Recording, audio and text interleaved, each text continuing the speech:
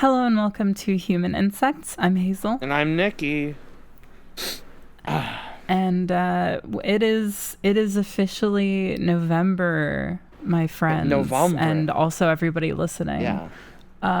I am fucking cold. I've been cold all goddamn day. And I'm really looking forward to recording this podcast because I always get warm when it's podcast time. It's I don't know, I guess you expel heat whenever you performatively talk or something. Right, like, yeah. I don't know, it's like, because I also, like my room gets stuffy whenever I'm, like, recording for too long and I'm, like, going insane. Yeah. Yeah. I wish it was cold here. It's, like, moderate, but sometimes, some days, it's, like, it's 80 degrees, and it's, like, no... Yeah, absolutely so not. up. That's not how it's supposed to be. It's supposed to be cold. I think we're it's getting there, but it's just not there yet, and it's pissing me off. It's November 9th. Let's come on, I'm gonna instantly date this. It's November 9th. Come on. Yeah. But. For those who are perverted enough to want to know, we record exactly a week before every episode comes out. Yeah. So yeah, it's just mark your calendars. Yeah, it's just it's week on, week off, but it's like the week it's on for you is when we're off. So it's exactly. like, it's like a little topsy-turvy little thing going on there. But, yeah. Yeah, I don't know. Human fucking insects, huh? Human fucking insects. We've come so far in such a short time. Yeah. We're already almost done with our first calendar year on the pod. Obviously not our first ever full year. This is our second since starting Pod Spirit. Yeah. And technically, I think we recorded this sort of episode 0 for Pod Spirit in 2020. So we're going on our what would that be, our fourth consecutive year of podcasting together? I can't do math. It doesn't matter. With me and Wyatt, it's been like 4. Yeah, it's crazy. funny, and so we have to keep thinking of stupid shit to use for our Christmas episodes, being like, okay, what would be funny this time? And so, or April Fools and stuff. That one too. Those are the two we put the most thought into, and then with Halloween, it's like so easy because always it's like it's a foregone conclusion. Yeah, it's just literally what horror movie looks cool. Yeah, we'll do that. Spoiler alert! All of them, all horror movie look cool. So many horror movie look cool. I didn't. However, as we say that, I definitely didn't change anything or fix anything about watching horror movies since. Yeah, me neither. Yeah, I fucked up. I didn't. The most recent films I watched are fun. My most recent on Letterboxd, I think. I mean, okay, I'm not trying to toot my own horn, but I really do think I have the funniest recent activity on Letterboxd ever, all the time, because it's always horrendously, grotesquely depressing movie, and that's just what I watch on my free time. and then it's some weird cartoony shit that we're watching for shit shooters, or for watching for the Patreon or something, and then a Godzilla movie. And then, a wild card. There'll be just, something else and stuff. And I don't know, I always get a kick out of, looking at my own profile, and I see the recent movies, and I'm like, I look like a genuine weirdo. I had one of those recently. I can't remember exactly what the stretch was, but... Oh, you know what? I actually do have it on screen, but I can't read it out loud because it was for a video that I scrapped. Oh. And I might come back to it eventually. Yeah. It was real weird there for a second. I had several people DMing me what? Are you okay? I definitely think I saw it was one movie or something. Yeah. Oh no, yeah, I know what movie it was. Yeah. I actually did DM you and go hey, huh? It's why are you watching that? So it's so weird. It's hilarious. Yeah, we both have stupid jobs. Yeah, it's very true. It's really dumb jobs. But yeah, I don't know. Fucking, I feel the need to probably talk just on the topic of Letterboxd and just current stuff. I watched One Piece Film Red in the theater. I went to the movie theater and I saw the new One Piece film Red. For the listeners at home, a pang of missed opportunity just kind of quivered through my body as I came to the crushing realization that there was officially no going back and that I had missed my chance to, despite having very little exposure to One Piece. Oh yeah. Watch a cam rip of One Piece Film Red. Yeah, for this very podcast. Just to have like the most hilarious, just like, so fun movie, but also what was with this? And it's like, oh, that's been there for 10 years. This concept has been around, and so it's like, why are people's arms turning into iron? And it's like, oh, that's just their hockey, and and it's like, what's hockey? Why are the phones snails? It's like, the phones have been snails the whole time. It's so good. It's so good reading early One Piece. Like it feels like they made more of a point of it earlier, right? Where it's like, it's just always, it's like, wow, like he remembers that it's supposed to be a snail every time. Like that feels like something you would lose track of maybe. And be like, oh, just a rotary phone, just but no, every single time it is a snail, just always, and it's just great, but yeah, I watched One Piece Film Red, and I had like a weird experience with it, where like I've watched a lot of anime the movies in my day, you know. I've one of my first DVDs was like Dragon Ball Z Dead Zone and stuff. Like I've just seen like a million billion like Dragon Ball Z movies. A lot of my like growing up, a lot of my like actual like connection to Naruto and Bleach was via the movies, because I would only ever get to read like random chapters in the magazine and stuff, and everything. So like and I never really watched them on TV, so like I would be over at a friend's house, and like, you know, the friend would be a huge Naruto fan, or the friend would be a big Bleach fan or something, and then there'd be a movie and stuff. I remember we like stayed up late to watch Toonami to watch the first Naruto movie. So I've seen a lot of these kinds of things, so like I feel like I know extremely what to expect, right. Especially with this year, which has been weirdly flush with these. With like Dragon Ball Super Superhero, and then Jujutsu Kaisen 0 was also like early in the year. And this year I also watched like I finally watched the Demon Slayer movie, and I also watched Dragon Ball Z Broly, because I like hadn't seen that yet, like the recent Broly. So I've seen a lot of these even just this year. So I was like kind of astonished by the fact that Film Red had me like really emotional and experiencing like like euphoric glee at the like by the ending, because like the third act of that movie is so cool. And that in and of itself is surprising to me, because so many of these your brain just shuts off after a while, because you're watching the characters you do know, and you're like, oh man, I love those guys, and you're watching them play like fight like dollar store versions of like the actual manga characters and stuff, or you know, like, or it's always like they'll have some sort of oh my god, like a format where you have like, oh, it's like a big strong guy. Well, Zoro's got to fight that guy because it'd be interesting to see him fight that guy. And then Sanji's got to fight this other weird guy. So like, there's always like a guy for everyone to fight. But this movie doesn't really do that at all, and it's kind of almost not about fighting. at all.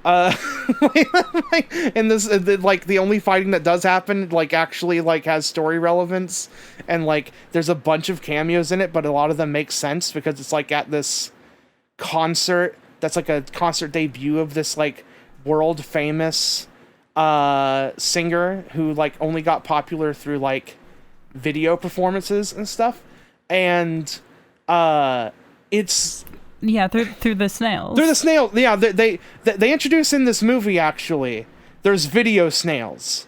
Oh my god, it is through the snails. Yeah. I thought I was just being a smart. No. There's video snails, and like wow, like a very small plot point I'll spoil is that like there's is that she got popular because the video snails are not just anybody can get the video snails, and so they're like a higher up like world government thing or whatever, and one of them happened to wash up, and it's a whole explanation of just like why everybody just doesn't already have these.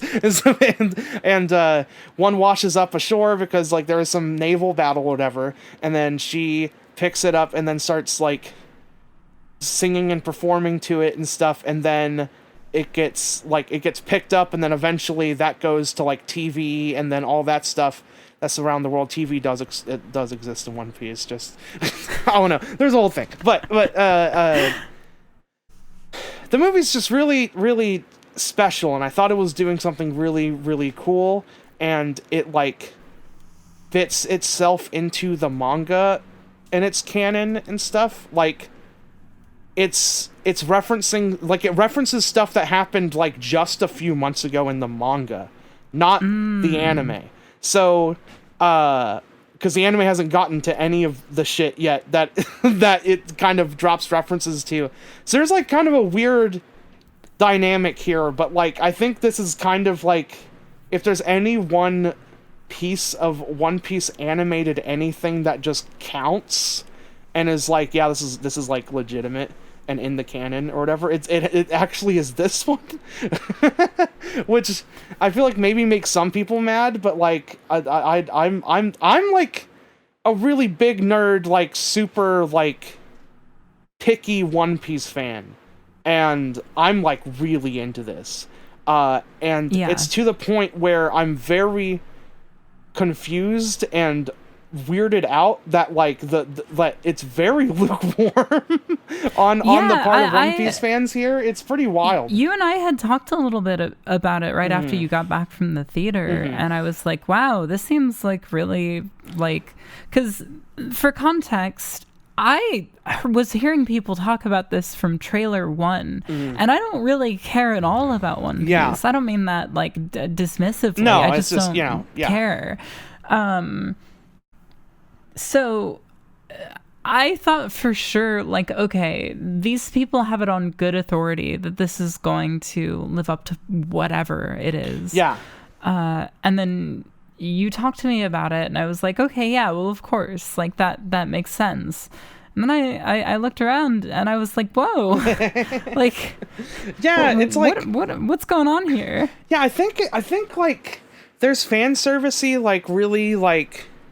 There's stuff people really want to see that's in this. You know, like they marketed the whole movie around like, oh, Shanks is in this, and so it was like Shanks has shown up like 3 times in the manga ever, but every time it's like, holy fuck, everything's about to change right now. like there's something to it. Like he's a really well implemented character, even though I'm not really exactly sure who he really is. It's like a really interesting dynamic.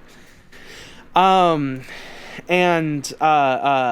I think it's the wrong kind of fan service for people, if that makes sense. It's like, it's stuff that like actually is meaningful, but it's straying from giving you just like fluff and candy and stuff, and actually kind of just, I don't know, just kind of, again, like it feels like it's an arc that Oda in like who you know over the summer announced he is in his final stages of the manga now and is planning to end soon.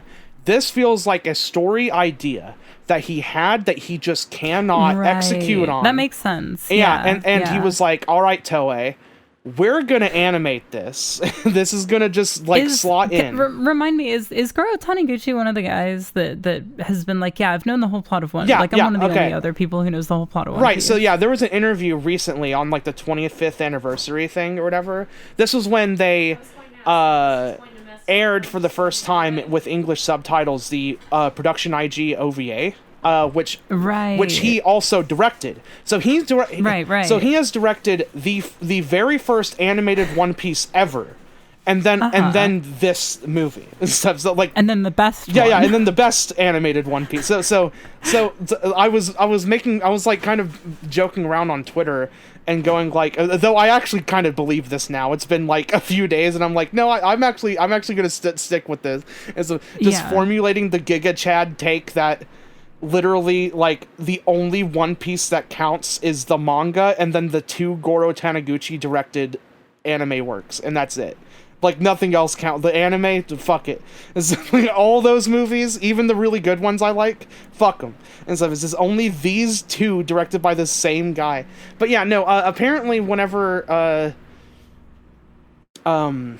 like, the OVA was being worked on back in, like, 1999 or something, Oda, like, kind of, like, was having conversations with him and just kind of told him, like, his plans for, like, how it was gonna end. And he was like, oh, that's cool. And so, because Oda, like, legit just, like, believed that it wasn't gonna run that long. He said this many times. He was like, I only really planned initially for, like, a 5-year run, like, maybe 250 chapters or something.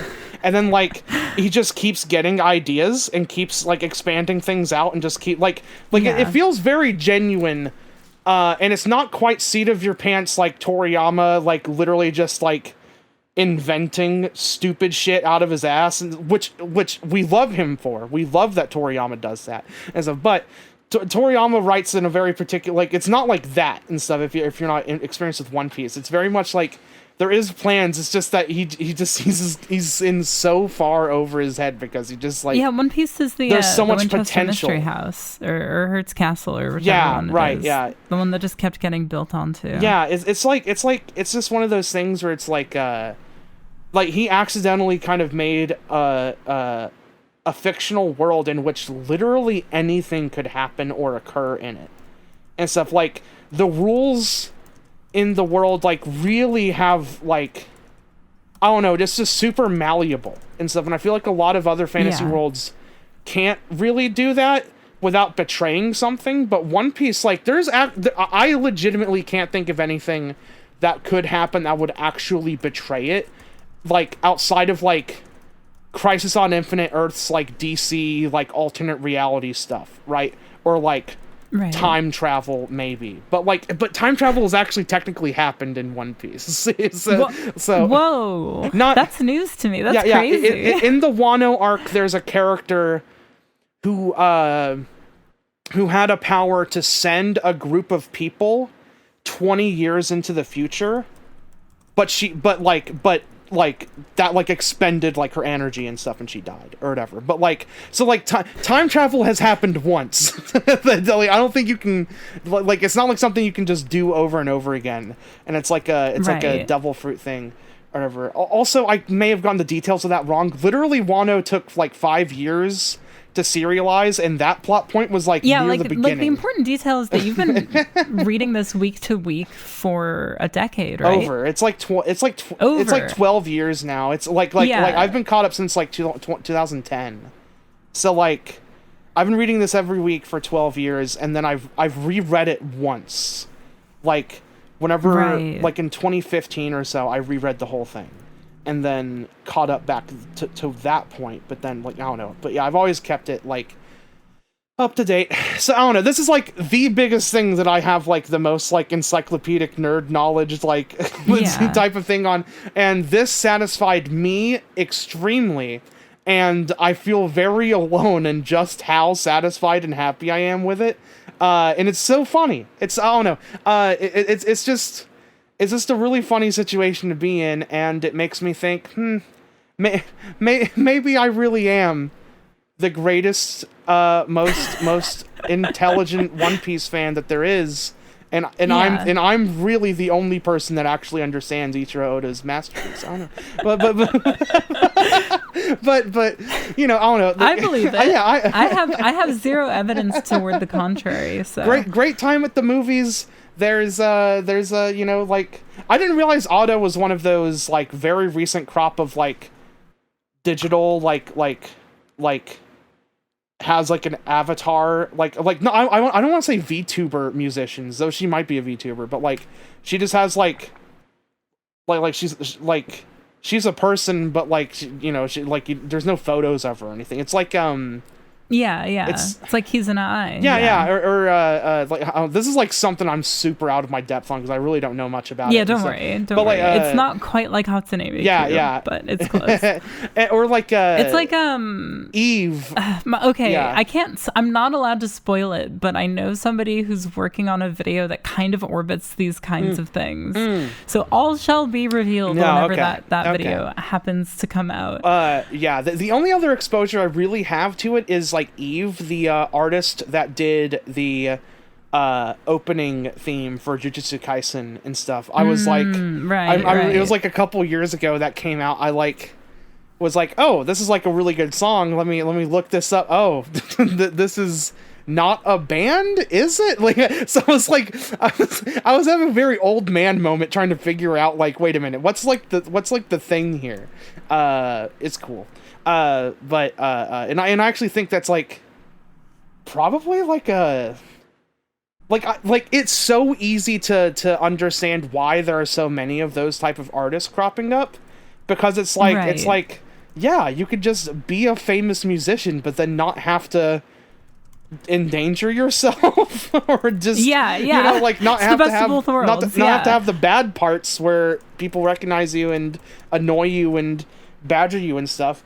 You can also just still be like a super successful force in your own right and stuff. But her stuff is wonderful in the movie. Like genuinely, like I watched both trailers for it like once. I like purposefully like really avoided a lot of info on this. So I didn't know any of the songs or anything. So, and the music and the movie has like legit just straight up like Goro Taniguchi directed music videos with One Piece characters in it, basically set to these songs, and it's fucking cool. It's like, yes, like I love that the runtime is including this like full like 3-minute long action sequences with just like cool shit happening, and it's One Piece guys that I like, but it's this, you know, it's this other song and stuff, and it's like pretty good pop music. So I don't know, it's just been doing that, but like I've not been up to date on like any anime. I am now 2 episodes behind on Chainsaw Man, so I need to like fix that. I haven't seen 4 or 5. I've just not had I've not given myself the time. I've been doing other stuff. Well, they're both great, so I've heard I'm very pleased by how pleased everybody is about the anime. Like, I think that the second to last episode, the second to last most recent, as of when we're recording, episode 4 was the one that was the one that really kind of put things into perspective for me, as far as like, okay, this is an adaptation that is doing more than just kind of serving as like a really incredible tribute to and being in service of a really special manga. Like, this is something that is kind of striking out and becoming something distinct without betraying anything of the source material.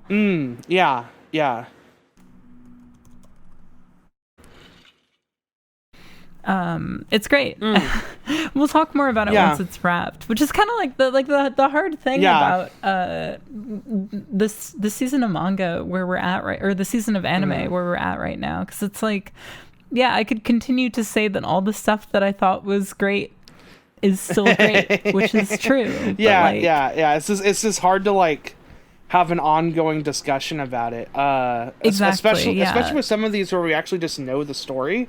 So exactly. It doesn't feel right to be like, wow, Can you believe yeah, that? right. Like theory crafting about a thing that like already Yeah, exactly. I will say, like, on the point of adaptation, I guess that's like my other last point about Film Red, kind of like that's been really sticking with me, is I've been kind of thinking about lately, because it's been a point of conversation, especially with how massively popular and well praised the Demon Slayer Mugen Train movie was and stuff last year, and it's been a point of conversation to talk about like how does the format of like a manga getting a movie or a popular anime getting a movie, like how does that get furthered and stuff, because it's been the Dragon Ball Z, like, you know, world's strongest, like Cooler's Revenge type of thing for like 30 years, right?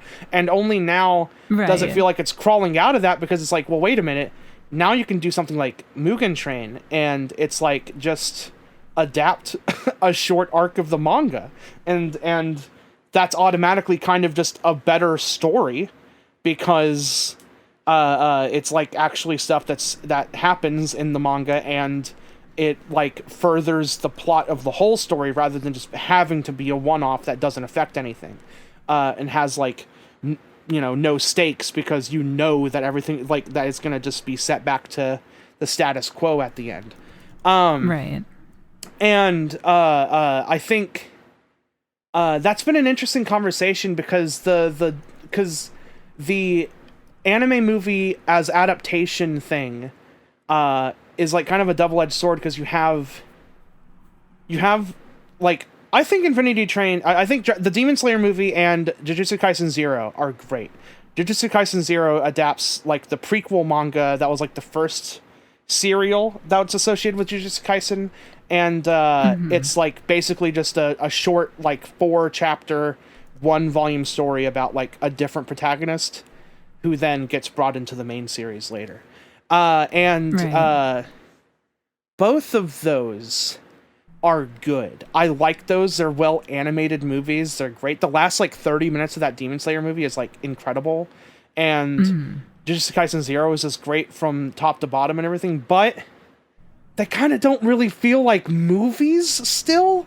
Like there's like this weird kind of cognitive like dissonance for me, where just the pacing is not enough movie-like for it to work completely for me, because it still feels like an arc of chapters, and you have like little clean breaks, because that's where a cliffhanger happens and stuff, or something inside of the movie. And I like those movies; they're good, but like they're good as adaptations. But I don't know if I'd be like, holy shit and stuff. Whereas Film Red actually feels like the answer, and it's kind of a similar answer that Dragon Ball arrived at, like again like 10 years ago with Battle of the Gods, and like by extension kind of Broly and like superhero and stuff, but Battle of the Gods feels like the biggest comparison I could say, because both of these actually feel additive to the series as a whole.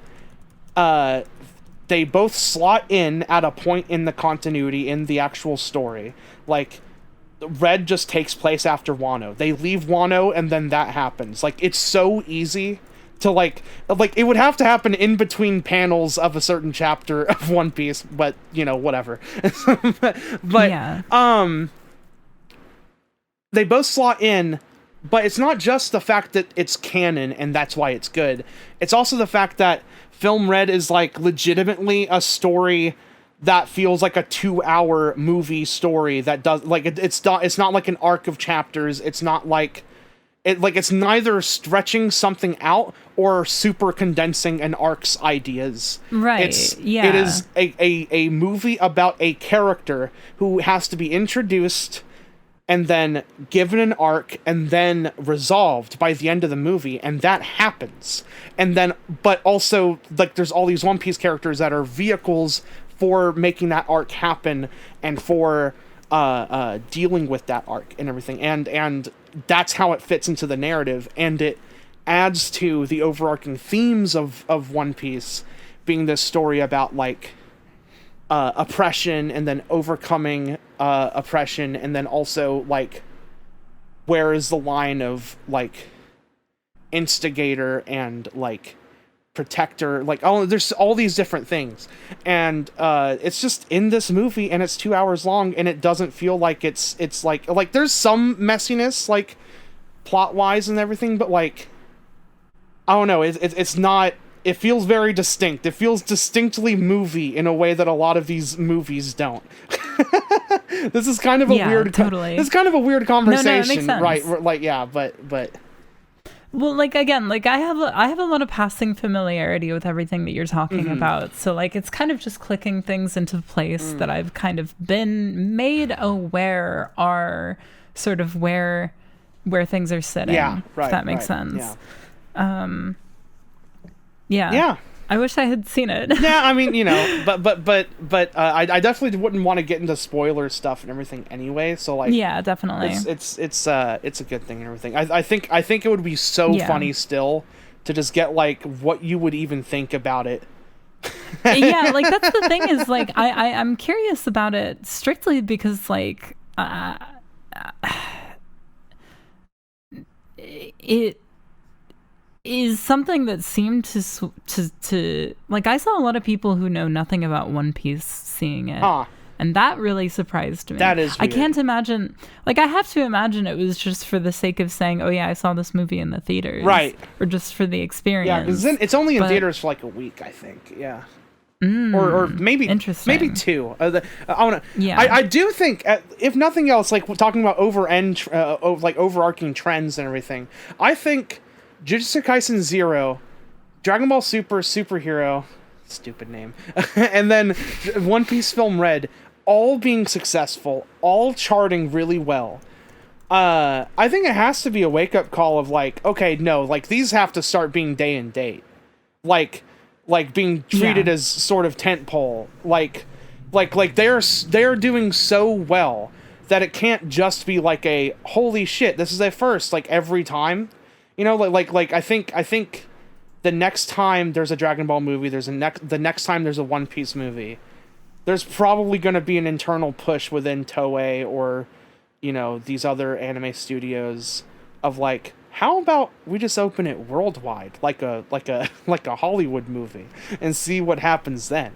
Is it because this whole like having like, especially in 2022, having like months between Japanese audiences and like a few other audiences, like I know France also had Film Red and everything at the start, like having like, because the movie opened like August, and then having to wait all the way until November to get that is like, I don't know, it feels like something we can move past, and it feels realistic because of just how much money these are making actually. So I don't know.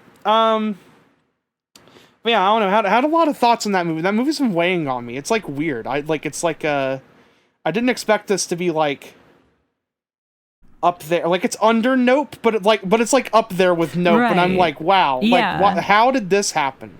Like how is this movie this good? I've had a few kind of like internal upsets this year, so to speak, where like, you know, sometimes you go into something with your guard down. Yeah. And then it's like, whoa. Like I was not expecting this to hit me. Yeah. There. Yeah. Where it did. I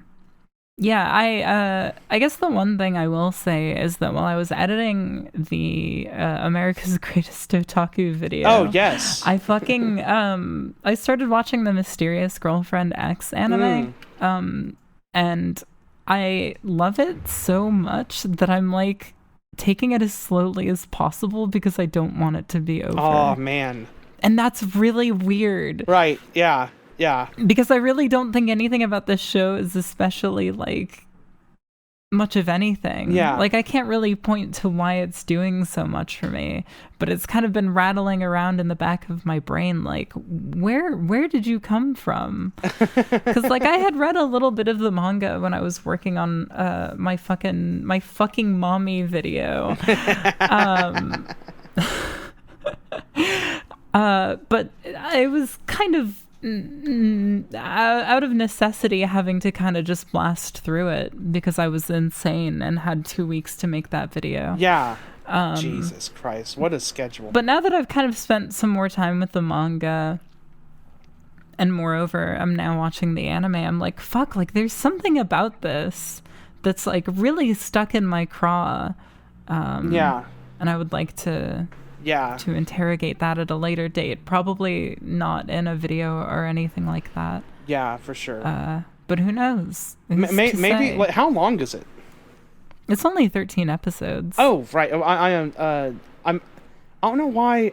You were definitely talking about the anime this whole time. But how long is the manga? Also. It is, I think it's 12 volumes, but it's collected as 6 on the right, Western release. Yeah, there's, is it a 7 Seas joint?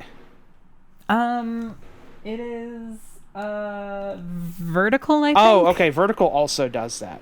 I don't know. 7 Seas and Vertical really like to just be like, yeah, we'll just like omnibus it anyway. So yeah, I think it kind of works out for everybody. It can be kind of hard to read an omnibus that's like extremely huge, but like I think it works out in the end. Fucking so do you remember a few weeks ago we were talking about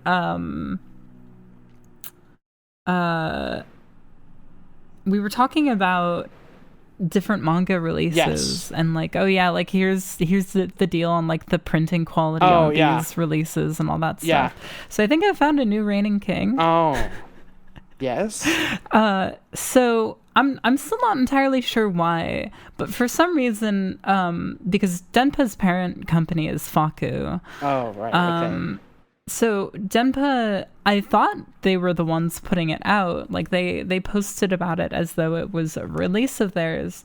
But Denpa announced that Faku was putting out a collection of Nana and Kaoru, which is a fairly like long-running beloved, quote unquote, seinen manga.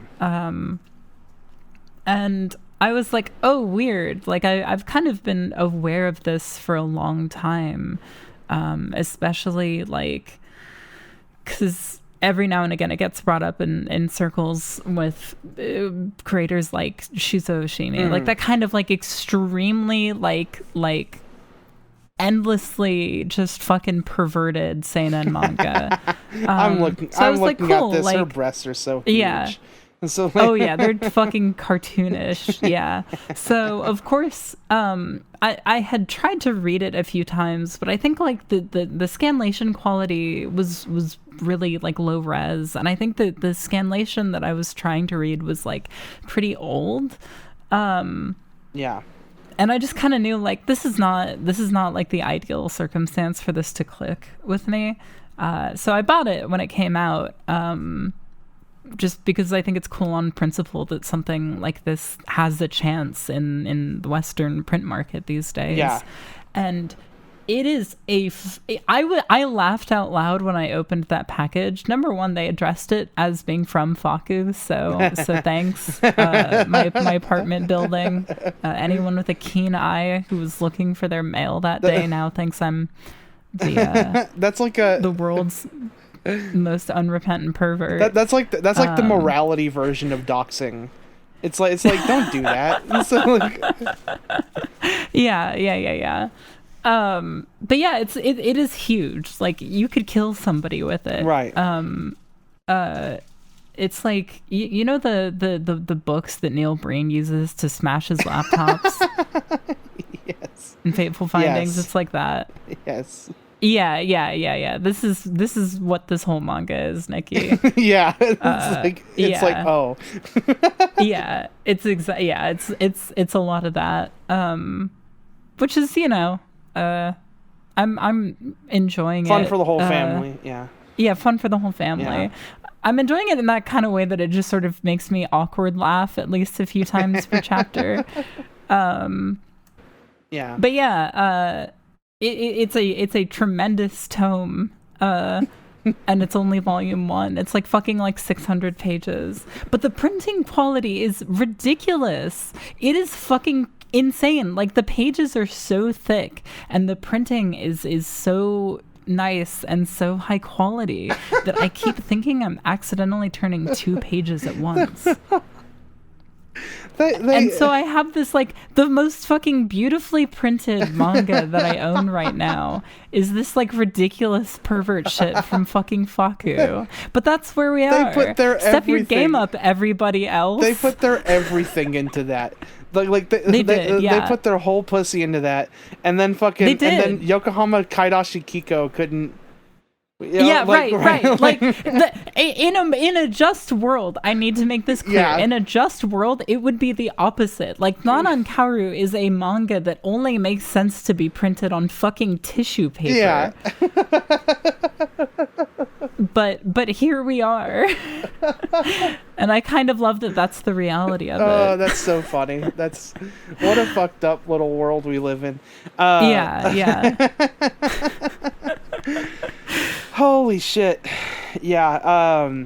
Fucking. I wonder how much of a treat it is for Human Insects listeners watching that newest video of yours and stuff. Like I wonder if they're either they're a keen eye onto my cameos in the Hazel extended universe. Yeah. I had that thought of, like, I hope I get some people commenting that they did the Leo DiCaprio point as fans of Nicky. When you see the Roboco with pink hair icon, it's like, holy shit. Yeah. It's like a neuron activation.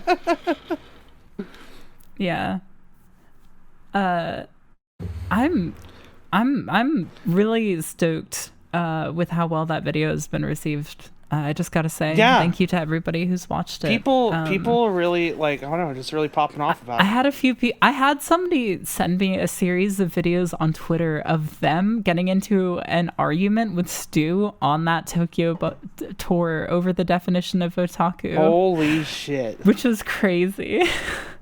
That is incredible. But yeah, aside from that, I definitely had a handful of people say, like, oh my god, like, I saw this bus at this con that I went to, or like, I was staffing this year. I had somebody say, oh my god, my friend Dre was in this. I need to make sure he sees this video. Oh my god. Yes.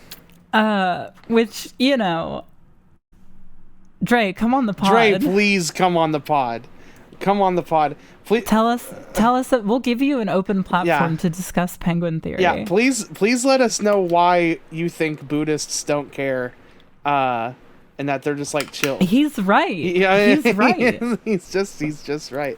Yeah. Fucking. But yeah. Do you wanna hit some questions? Why not? Why not? Cool. Yeah, I asked on Twitter for some questions, and we've had like fucking 40 so far. Jesus Christ. Yeah, but I do want to stick with the questions that have been sent into our email, just on matter of priority. First things first is a question that has been sitting here since September 27th, but we have yet to have the opportunity to discuss it. I'm so sorry. So thank you for the patience. We're trying to get through our backlog on these. This comes to us from Blowmill, who says, hello, human incense, like the thing that you burn. It's clever. After hearing your guys' extensive praise of Tezuka's bangers, it really made me want to see what the guy is capable of, because my only exposure to him is when I watched Don Dracula on a whim. That's almost certainly the worst piece of shit anime I've ever seen in my life. It was made in 1979, and the manga lasted less than a year, while the anime didn't even last a month. The anime sponsor company went bankrupt, and only like 8 episodes got done, with 4 airing on TV.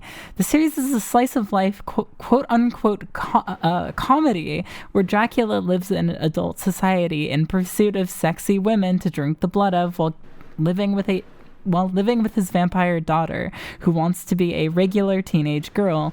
All the while, Van Helsing is constantly in pursuit of Dracula, but can't finish the job because his hemorrhoids act up. That's awesome. The last second almost every time. That's so sick. I don't know, that kind of sounds great. That sounds really fun. Yeah. That sounds kind of great. But yeah, the question is, do we have any experience with any of the series that Tezuka did that just didn't work out? And yeah, I read all of Marvelous Melmo. Yeah. Which is like, we ascribe a lot of things to Tezuka, right? God of manga, the inventor of what we think of as the modern manga, by however many narrow definitions as makes that like an appealing buzzword. Right. Furry. Yeah, right. It doesn't stop there. Right. It doesn't stop there. Yeah.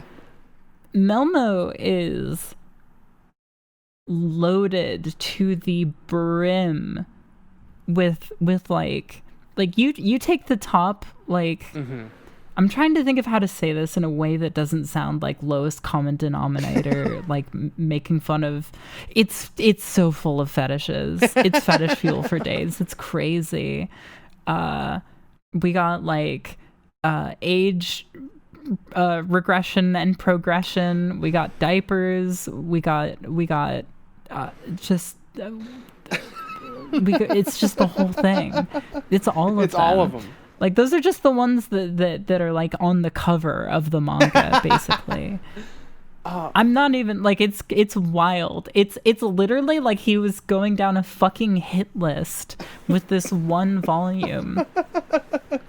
I would love to do a video on it one day, not because of the manga, but because of a very strange series of unsourced claims about the show's anime adaptation, which was supposedly meant to help teach young girls beginner sex ed. Yeah. But did such a bad job that parents complained about it, making their children ask too many big and complicated questions that they were uncomfortable with answering. This is all like completely unsourced. Right. I have the anime downloaded. Nobody's ever subtitled it. Completely reasonably so.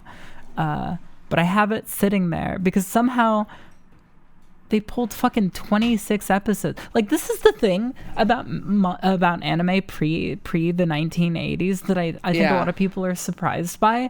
So many, like, fucking Devilman has like 124 episodes or some shit. Yeah. And it's like a 5-volume manga. Yeah, because Devilman anime is just it's just a hero tokusatsu. It's like so, not like, even a little bit. Essentially, like, these mangaka were more or less like not necessarily selling the rights to their character away per se, but when they were getting greenlit for an anime, it was basically you take the pilot chapter and then just turn it into as much as you can. And this was also obviously an era where like a lot of these authors would have a pretty firm hand on the anime that they were working on as well. Like, they'd be pretty directly involved. I can't remember the specific details about like dynamic productions and then like Ken Ishikawa and some of the involvement that they had, that him and Go Nagai had on their shows. That information is out there. It's I don't think it's too hard to find.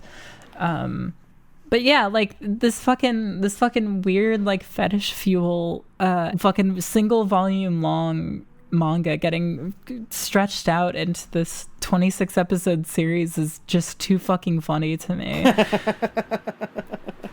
Yeah. So that's my experience with like I mean it's that, and then it's like, oh my god, there's so many racist caricatures. it's like that's the thing that's like kind of hard about this question. Is that there's like approximately like 10,000 fucking Tezuka manga. Like he drew like a million fucking things. I wish I had a lot more experience with him, but I really don't. So I don't have one. But I absolutely love hearing about just like the weird odds and ends that like literally like there's actually no chance we'll actually get any of those. And so just any of the like really, really deep cut ones that are just absolute failures and nobody talks about and stuff. Those are always kind of fun to hear about because it's like, I don't know, it just feels so fleeting. you know? Yeah. Just yeah. like, because I don't know. It's yeah. It's like you're just kind of fucking pumping and dumping. And right. Then It's just one hits, it's just total like Tezuka is someone that clearly like was not someone to get his heart broken over something. He just would just like, okay, well, let me try it again, and just do it this way and do it that way and stuff, like, because it's just like, again, it's just like he drew so much, like it's like dizzying every time I like think about how much he drew. Like, it's more than any one human being should have been able to draw. Yeah. Like there must there should have been legislation that's like, yo, dog, you have to, like, you can only publish this fucking many things, okay? And so, like, because it's just like so much. I was it's kind of like a little bit of a meme in our server right now, and maybe this has come up on shit shooters as well. About, and this is a private server. No, you can't. Yeah, you can't join. You can't join. We're not blowing up the spot. No. In just our small little server, it's become a little bit of a running gag to talk about how many volumes of Saint Seiya were there in like 4 years. Oh, yeah, it's 28 volumes of Saint Seiya came out over the course of like 4 years. So yeah, Masami Kurumada was on methamphetamines and stuff. It's just no doubt. Like, absolutely, like that's no doubt. the only way that actually works, is like you're eating Adderall for like you wake up in the morning and then you pour like 4 bottles of Adderall into a cereal bowl, and then you like and then your milk is coffee, and then you eat that, and then you don't sleep for 40 nights, like and then you see God and stuff, because you're Moses now, because of the 40 days 40 nights thing. You've been walking around in the desert, but actually you've been drawing shonen manga for a draconian corporation, and and no. So now I'm just spinning off into this whole thing, and then mangaka just used to I like the easy thing is just to say they were made different back then, but I think they were I don't know. You don't want to be made that way. No. It's destructive. And the thing about it is, so like, our friend Wayne read all of Saint Seiya and was like, it's bad. Like, there's a reason why that like it is sheer volume over everything else. Yeah. Wayne's like experience with it is so funny, because it's just like, it's so funny. It's just like, oh, they're just doing the same fight again. Yeah, it was like watching somebody clocking into a coal mine. Every day. Yeah. Like, I don't want to, but I've got to go back in. I've got to read more of this fucking manga. Yeah. It makes it like Wayne's experience with that makes me want to go back and be like, okay. But so Ring Nikakero is the real one, right? Like this is we've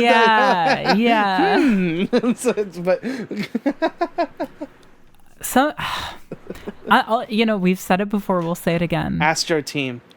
We are hurting. As Westerners. When it comes to overlooking the vast majority of sports manga in the world. There's a whole history out there that we're utterly neglecting. Sports manga, and also like we were just talking about, like delinquent manga is like also like guys, Tokyo Revengers is only the fucking it's not even the tip of the iceberg. It's like the ice shavings on the very top of the tip of the iceberg and stuff. Like, do you know what Tokyo Revengers is? I've heard the name. You're gonna love how stupid this premise is. I've heard it's great, but it's so funny. It's about this kid who like used to be kind of in like a bad boy like club in like school, or like a bad boy like gang in school or whatever. But like he's since grown up and lived a normal life and everything, and then he gets hit by a fucking train. and then isekais himself back into his past life, and now he's navigating and he's trying to change things or whatever. It's because he gets hit by a train, but also like it's like the day that like his like girlfriend died, and so now he's like, oh my god, yeah. So the day his girlfriend dies, he gets also hit by a train, or maybe he jumps in front of it. I don't know. but someone will get mad about this because this is a very popular manga, so someone will get mad about this in the comments. But he isekais himself back into his own past to try to like rewrite things until that moment or whatever, and and so it just becomes a regular like delinquent gang war anime, which like for me, I'm like, why do we need the framing? Like, right? Yeah, like it's such a weird like oh, that's such like weird that's bait you have to lay down in the light novel age. Is like, right. I want my manga to actually be about this, but I have to frame it this way because no one's gonna read it if for some reason if it doesn't start like every story. And it's really unfortunate because the downside of that is that I then don't want to go near the things that do present themselves as isekai, which I know. Listen, you've all made it very, very apparent you don't like it when people are dismissive of isekai. I'm sorry, I don't care. I don't care. Yeah, I'm not interested. Yeah, I just it's not an interesting dynamic for me. However, I don't know, I saw like the first few episodes of that and it like seemed fine, but I was like I just didn't stick with it. I thought again, like I kind of just wanted the gang war stuff. Like I didn't want I didn't want this other stuff because like it kind of keeps coming back up. It's weird. So it's not exactly just framing, but it's just like sure. I don't know. It's a like I'm not crazy about it, but guys, like that's only the tip of that's only the ice shavings on the tip of the iceberg, because we could be eating well and reading Roku Donashi Blues right now and stuff. If like, only one of the most successful manga literally ever fucking made. Yeah. Like come the fuck on, guys. Like let's fucking get a move on. All right, we need to fucking. Can I just say, combining both of these two topics really quickly before it slips my mind. Combining both sports and delinquents. Could someone please license Tepu already? Yes. Could we please make that happen? You could do it in like a volume. You can make it happen. Fucking like I mentioned Roku Donashi Blues, but the writer that did that, his next manga after that, which was like in the mid 90s or whatever, was called Rookies, and Rookies is about a teacher that is the head of a like his school's like baseball club, and he has to make like a baseball team out of like all these delinquent kids, and so it's like a Bad News Bears, but everybody's an asshole and smokes. Like that's awesome. Like that sounds great. I want to read that. And so it's like okay, so like we need to rally together, human insects listeners, and I don't know how. I'm not a big Twitter campaigns person, I guess, or whatever, but like if that's the way we got to have things, we need to have like a movement for 80s and 90s and 70s old stuff from Jump to start coming over, because this is ridiculous. I want to read Roku Donashi Blue in hardcovers like so bad and stuff, so like we got to figure out something. We need to campaign. I'm a huge fucking fan of this trend of hardcover manga. I think it's great. It's fucking especially sick. Like I mean, we've talked about it a little bit, but it's great. I'm a big fan. This actually does remind me, I actually did watch a little bit of a sports anime. Oh yeah?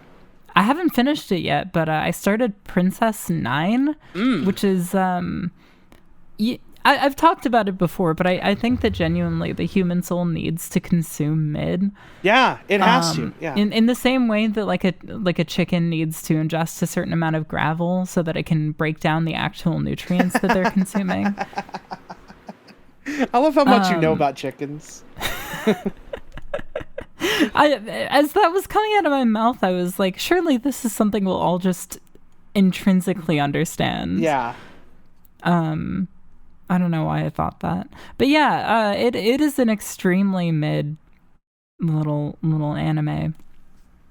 It's about baseball. It's about an all-girls baseball team. It's about a preppy school's first all-girls baseball team. Hell fucking yes. They do some stuff in the setup where like the protagonist girl is like, I'm not even going to go to high school. I'm just going to help at my mom's restaurant. And instantly I'm like, hell yeah, let's go. Let's fucking do this. Like, this is the protagonist I can get behind. And then it just kind of doesn't really amount to that much. And it becomes like a pretty normal baseball anime, but they're girls and they have to deal with sexism. Don't you hate it? Don't you hate it? Don't you hate it when girls are just trying to play baseball, but they have sexist bureaucracy getting in the way? What a pain in the ass. Yeah. It is it's an anime from 98. And it's like, you know, when people talk about anime right before the switch to digital, they tend to do it from this angle of like, this is what they took from us. It's very like, we hit the peak of cell animation only to have it slapped away for bad standard definition digipaint. But you know what?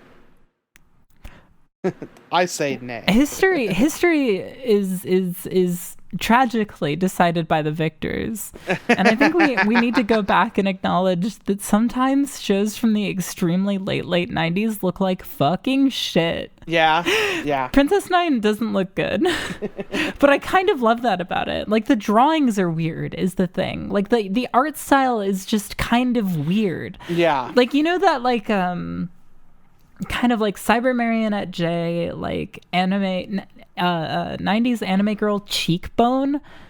It's like that, but in like a weird like melty, like kind of like it's like if you tried to oil paint that, but then also it was still cell animation. It doesn't look like oil painting. Yeah, it's not a good like descriptor of it, but it's like that kind of like weird, almost like lack of fluidity. It's strange. It's really weird looking, but yeah. Good time. That is what they took. I actually from us, did. That is what they took. Yeah. It's true. But yeah. Do we have any? Well, I mean, we do have more, but what? Scamp here needs to know. Yes. They'll die if they don't know. What is your favorite kind of chair? Chair? Oh. Hard mode can only seat one person. Oh, okay, yeah. I like, maybe it's because I watched too much, like, Blue's Clues when I was, like, a little child. But I really like a good one of, like, those kind of chairs. Yeah, like a love seat. That was the first thing that came to mind for me as well. Yeah. It's like I love those. Like, I like a good big old chair with big old arms. I feel like a grandma. Yeah. The arms are like too round for you to place anything on. So like you kind of just like, I don't know, you just need like an end table or whatever or something, and then like a lamp. Yeah, if you try to balance the glass on one of those, it's not going to happen. Well, yeah. So I like those. I like those. I'm not. Desk chairs, I have a love-hate relationship with, because like a really good desk chair. They're literally like fucking like BDSM, like fucking like they're torture devices unless you can spend like $10 billion on a nice one that won't kill you instantly. But then here's the thing. I'm about to call it something. I'm about to make this a progressivism thing, or whatever. I'm a fat person, so even on the $10,000 fucking chairs, they'll fucking have armrests that dig into you. motherfuckers. Right. It's every time. Yeah. Like even in the good ones, it's like even the good ones are bad ones sometimes. And it's just like, well, fuck, like either I just don't bolt that fucking part on, or different chair time because this is not gonna fucking work. It's insane that not every chair has the ability to just flip the arm up. Or just any adjustment whatsoever. I will say, in defense of even the cheap desk chair, I'm using a fairly cheap one currently, and it hurts my ass a lot. I'm very uncomfortable as we're recording this, and I'm excited to sit on the couch when we're done. But I will say, it's giving me the leeway to kind of shift from side to side in my little chair, and I'm enjoying that. I can't help it. I can't help but fidget. Yeah. The metal that they put into like the bracing or whatever of a desk chair, it's like always on, like it's like they're made out of rocks and knives and stones. Yeah, like it's just always like the last chair I had before this, there was like a big screw that you screwed through the bottom to get the seat part to sit against the thing that attaches to the legs. Yeah. And at a certain point, that chair got so worn down, right, that you could feel that screw, like in your ass, on your ass, around your ass. Bad. You know what I mean? Yeah. Bad. Also, not a big fan of those really tall like bar chairs at bars or whatever, or like at restaurants or whatever, where it's just like the table's tall, so the chairs are also tall. And stuff, and then they're hard to get up onto. And then also like fucking I dangle there like a baby. That's stupid. Like it's just so like I do feel weirdly infantilized whenever I'm sitting and I can't, and my feet don't touch the floor. I'm also kind of tall, right? So like, I kind of just like I end up doing this thing where I'm like only sitting on it with one ass cheek, and then the rest of me is like practically standing. Right. Useless. Awful. I'm sitting on one of the like regular chairs. Like I'm just not gonna do it. I'm gonna take kind of a weird angle with this question. Okay. And say that it's not so much that I really like sitting in it, but that if it weren't there, the world would be a worse place. I've got to give a shout out to the seats on a train. Oh, yes. Anything that prevents me from having to stand in one place for an extended period of time. Yeah. Like I have a pretty fucked up back, I would say. Standing in one spot is agonizing after only about a few minutes. Yeah, I really hate standing. Yeah. Yeah, it's fucked up. Standing is fucked up. I don't think we were meant to do it. Walking is great, but standing, I don't know. I don't know that I'm convinced. Any job where you're required to stand for hours is like genuinely inhumane. Like, yeah, it's fucking torture. Yeah. But train. Yeah, I feel like as far as public transport, like seating goes, definitely trains or buses. Like I feel like have like a pretty good, like airplane just sucks, awful. Like just airplane seats, unless you're Bezos or some shit, or like I don't know, like you have like first class or whatever. Oh, you know what? I do have to say, I wanted to fucking jump out of the window of the last plane I was in because I was so uncomfortable. Yeah. Like, you know that thing where your legs just start to like hurt because you can't move them or stretch them properly? Yes. Yeah. That shit was making me feel utterly insane. Yeah. It's I hate it. I hate being on the plane. It's I mean like it's like weird because the experience of flying isn't that bad. It's kind of right. Or yeah, like, I don't necessarily get a lot of anxiety or anything like that. But airports, and then the fucking like just horrible, like again, like the torture devices they put you on, like those big like stretchers or whatever that just like pull your limbs off or whatever. Like it's basically like that. I don't know. It's like Yeah. Or just sitting like on a bunch of nails. I don't know. It's but yeah, no, good question. I never think of good question. I never think about chairs. But chairs are also like, God, I don't know why I'm having this thought right now.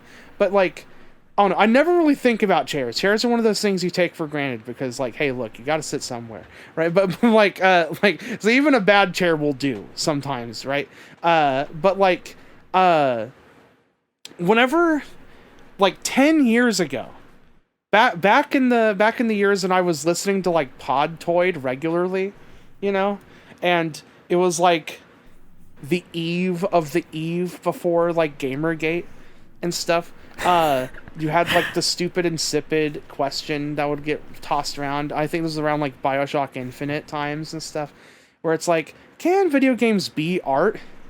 Right. Every time I'd have that argument with somebody, my immediate go-to would be like a craftsman making a chair. That is art. And so like it's not like an art does not have to be a narrative thing. Art just, you know, but like, which is such like a baby, like, you know, like I know things take or whatever, but it's fundamental, goddamn. like it's just, you know, artistry is everywhere and everything. But like, so I guess thinking about chairs, that was like where my mind went to, is that like, for some reason, that was my example I always used for that kind of thing, which is just funny. Yeah. I don't know. You think about the discourse you used to be having 10 years ago, and then you think... Yeah, and then you think about the fact that there are people that still have it every now and again. Yeah, right. And it's like, what are we... Like, what are we doing here? Yeah, like, it makes me... like it's We've been having this conversation. Yeah. Since we were in fucking diapers. No, yeah, like, exactly. Nobody's minds are going to be changed. Yeah, it's like, are we playing with fucking blocks here? Like, what are we doing? And so, like, why is this the conversation we're talking about right now? Yeah, it's... simpler times. Let's do you want to do one more question and then we can talk about another one of your things and then we can just rapid fire questions till we're done? I think we can. I don't really think I have another one of my things, really. Oh, for sure. Like, I don't know. You finished Final Fantasy XII. Oh, yeah. Well, okay. My whole thing is I fucking loved it, and it's a game that made me feel like I was a brain genius, and I think everyone should play it, and it's... If you're ever thinking to yourself, I'm kind of tired of the way fantasy stories, or Final Fantasy stories kind of go. Specifically Final Fantasy, because Final Fantasy is always, like, very... anime, very like outward emotion, you know, type of stuff or whatever. If you're ever tired of that sort of thing and you want to and you ever want something where it's like it feels like the world turns irrespective of what I'm doing, but I'm trying to help in my own little way and stuff, then Final Fantasy XII might be appealing to you for its plot and stuff, because it has like an interesting kind of thing going. But I don't know, I really love it. It's kind of one of my favorite games, I think. Yeah. I don't know. It's like weird. Like, I feel like I feel this both with that game and Tactics, and I don't really know which one is like the one. I feel like Tactics is actually the one because the story is just like unbelievable. Like I just haven't seen anything like it in a game. But and also like the way you could just play with shit in Tactics is hilarious. Like, I don't know, I just love it. But 12 is, I feel pretty confident saying a statement like Final Fantasy 12 is like the best actual role-playing game Square has ever made, because like literal just the act of doing the RPG part of RPGs and doing the battle system and the progression part and all that stuff, all that nitty-gritty mechanic stuff. Like, I think 12, I guess I should specify the Zodiac Age version of 12 is like the best thing that they've done, like, because it's just so fully realized and well featured. And again, like, whenever you get something right, whenever you get like a good thing going and you're able to just melt through enemies and just pour experience on yourself, like, it's like, oh, okay, I'm God now. like it's just a cool feeling. I like it. But yeah, I don't know. It's kind of a simple thing. I have a backlogged review that I feel like kind of covers a lot of my thoughts. It's good. Yeah. I can link it in the show notes if you want. Yeah. I mean, if you want. Yeah, it's I don't know. It's cool. I started seeing like allusions or I started clicking together that the game kind of has similar illusions and it has stuff that reminded me a lot of the first Godzilla, which is something I've seen literally, which is something I've seen literally nobody talk about. but I think there's some stuff there, with just the way that the final stretch of the plot, like, kind of clicks together. There's stuff that reminds me of the first Godzilla, and also there's stuff about the entire game's plot being like this empire's occupation of this country and stuff that made me think of like, the American occupation of Japan and stuff. Like I'm just like, was Matsuno on some post-war shit actually? And stuff I can't. This may have come up in Podsphere at some point. But my version of this, where like I've never seen anybody actually bring it up. Yeah. But like I thought it was for sure. I'm sure people have. I don't think I've ever had a solely unique thought that's ever been worth sharing. Me too. Any fully unique thought I've had has been utter fucking garbage that nobody should hear. I don't think I'm the first person who ever said this. Yeah. But I've certainly never seen anybody else share that Valkyria Chronicles has a lot of parallels to the War for Oil. And that's all I'll say. I'm just saying, like, the time that game came out relative to the War for Oil, where it was at that time, makes you think. Makes you think. I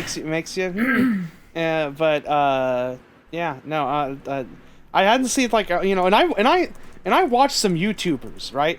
I watch some people that talk about Final Fantasy for their job and stuff, and I haven't seen people really kind of talk about that one, and I think it's just because of my unique vector of like, talking about monster movies is part of my job, and I play these games, and so I don't know. So but yeah, we can get into a bunch of questions. I don't really care. I'm here to hang out. I'm here to have a good time. All right, Nicky, here's the part where it becomes truer than ever that I'm bad at podcasting. What was the name of that fucking Delinquent manga, Isekai Delinquent manga that we were just talking about? Tokyo Revengers.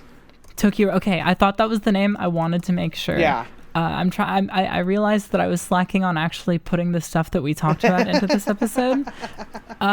Did we talk about anything between One Piece Film Red and Revengers? Am I forgetting? Like anything significant?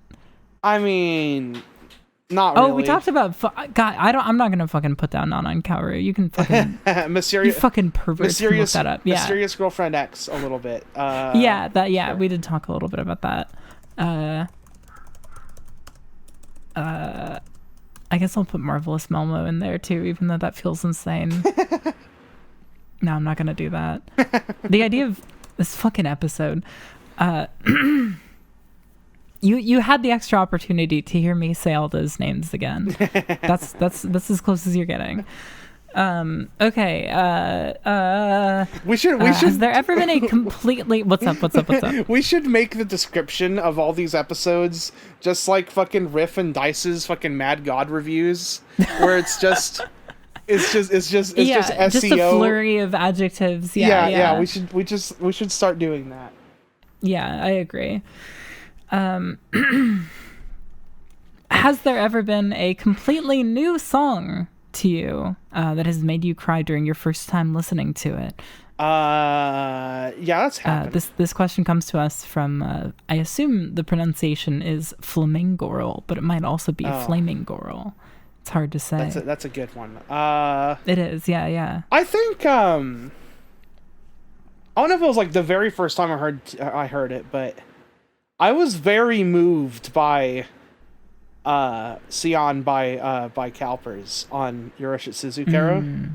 That one was really like I was getting chills, and it was like the first time I was hearing it. I was like, oh, like I guess they mean doesn't it kill you to know that that's true about a band that's named after a fucking ball sack? Yeah, after fucking nuts and balls.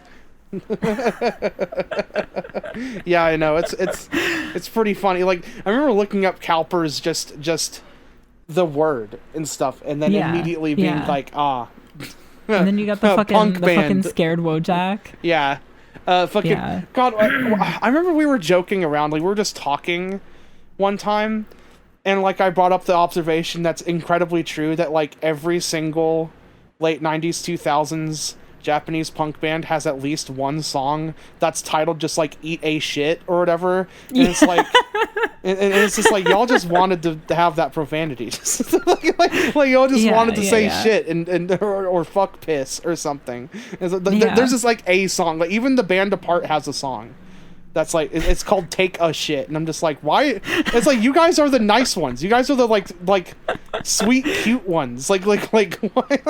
You guys make like jazz, like jazz inspired, like adult contemporary ass alt rock music, and your guys are still having like you still have to do this bit that everybody's doing. We're gonna have to do that at some point. Unfortunately, yeah. Fuck a poop or something. I should put that in the show notes. That should be the title of the episode. Yeah. But I don't know why, but yeah, Sion by Cowpers. I guess they mean new to me. I can't think of a 2022 song that was like. No. They mean just like first time you've heard it. First time heard it. Like your initial reaction is to get so emotional. Walrus was pretty close. Well, Walrus, like Ikari no Kakera got pretty close for us. Yeah, it was like, it was the sensation of like full form like overwhelmedness. Yeah, if that makes sense. Yeah. Like I felt like all of my senses were just being like attacked, but not in a bad way. For the whole like first like 5 tracks of that record, I was feeling like glee. I was like, yes. I was like, I was like laughing at like how like I can't believe these songs are getting even better every chord change. Yeah, the chorus in the third one is like the moment for me. No. Wander is being naughty. Always. He's a menace. Condemned by God. He was just sitting up in his fucking cat tree earlier today. He's spitting. And then he just rolled and fell off. Damn. I don't even know how he did that. He was completely like we were both at our desks. Yeah. I don't know. He just did it. He just wanted to. I don't know. I guess. Yeah.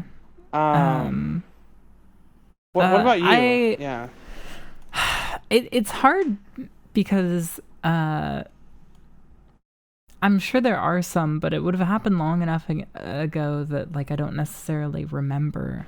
But there was a song from a record that I listened to that originally I was actually planning to just save bringing up until the end of the year. But I listened to an EP from this year by a band called Regal Lily. Yeah. And the opening track on that EP was like, it was one of those moments where like it just totally arrested me. Yeah. Just like sudden like whoa, like this is something special. Not even because I think like I could easily see somebody listen to it and just kind of go like, yeah, this is like normal. Yeah. But something about the notes that it was hitting for me, just really kind of like struck me in a way that kind of arrested my attention. I really had that moment early in the year, which is fucking crazy. I think it was literally like the first week of 2022. That's how long this fucking year has been. I had that moment with Gezan. Right. Where I was getting into them really early in the year, and like, I think it was the song DNA. I think there's a few songs, but I think the song DNA like was the first one I heard by them, and I remember having the full arc of like, oh, this guy's voice is kind of weird and super nasally and stuff, and then like, just over the course of the 6-minute song, I was like, actually, I think this is incredible, and like having yeah, I don't know. How often do you even cry at music? Like it. Not too much these days. Yeah. I'm trying to trying to figure out how to phrase this. I think when I was a little bit more, I think when I needed to more, I did. Right. Yeah. I don't know. Two other examples that are popping into my head. One is from many years ago, or not many, but like from a while back. Was the first time I heard like the August Green reprise in Scent of August by like in the album Scent of August by Band Apart. I absolutely love their song August Green from like their first EP. And then you posted that on Twitter when we like barely knew each other, and that made it into like my favorites on YouTube. And I would just revisit that song every now and again. I like didn't even remember until we talked about it that it was you who got me into it. That song is just incredible. And my friend Kat got me into that band in the first place, like forever ago. Wow, I didn't know that. And it wasn't through that song. It was like through a different song from their EPs and everything. But I was listening to their whole discography over the course of like that year. It was just like this long amount of time where I just lovingly just devoured all of their music. And I got to Scent of August, which was like one of their most recent albums at that time.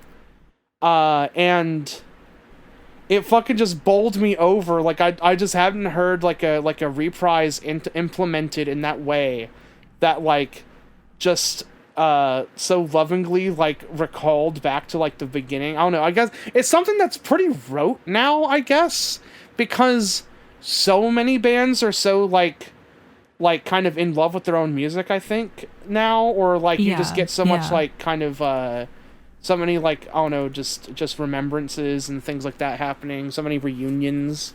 But that one, like that song was recorded like that album was recorded in like 2011, and hearing them bring back August Green like over 10 years later and stuff for like and completely repurposing it for like this like interlude between like two of like the best fucking songs of their career and stuff. So it's like this sweet, and it's like, oh no, it's incredible. I was like, I could not handle how good it was, and it just made me cry, and I was like literally like making myself hot dogs. Like, I was just having a regular day, and I was just like suddenly brought to tears because I was like, holy shit, they just fucking used that song.